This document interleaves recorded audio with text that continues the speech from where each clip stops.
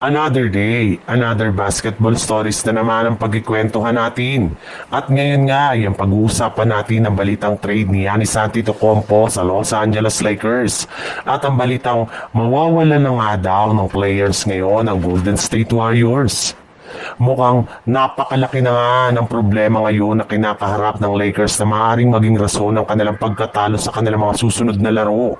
At ayon pa nga kay Dave McMenamin ng ESPN, kung sakali man nga daw na hindi manalo ang Lakers nang wala siya ay posible nga daw na mag-request na lamang ito ng trade sa team sa kalagitnaan ng season.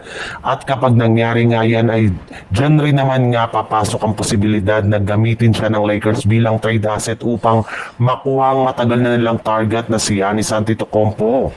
Pero meron rin naman nga daw paraan para makuha ng Lakers si Giannis nang hindi nila isinasakripisyo ang kanilang superstar na si LeBron James. At eto nga ay sa pamamagitan ng pag-offer nila sa Milwaukee Bucks ng trade package na kinabibilangan ni Rui Hachimura, Austin Reeves, Gabe Vincent, Maxi Kleber at maging si Dalton Kenick. Yes, ganyan nga karami ang kailangang isakripisyo ng Lakers para lamang matapatan nila ang napakalaking kontrata ni Giannis.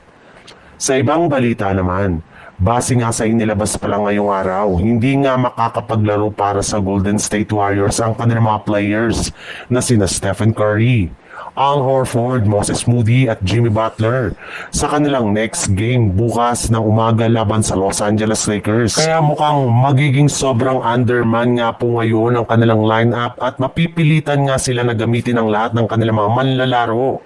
Subalit kung meron ngang bad news ay meron din naman ngang good news ang inilabas ngayon ng Warriors.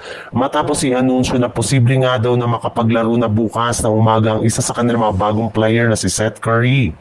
Ilang araw na rin naman nga itong nakasama sa kanilang practice kaya inaasahan nga na gamay na nito ang playing style ng team. Malaki rin naman nga ang maitutulong ng kanyang 3-point shooting ngayong wala si Stephen Curry sa kanilang lineup dahil sigurado nga na sa mga aasahan ng team pagdating sa kanilang opensa.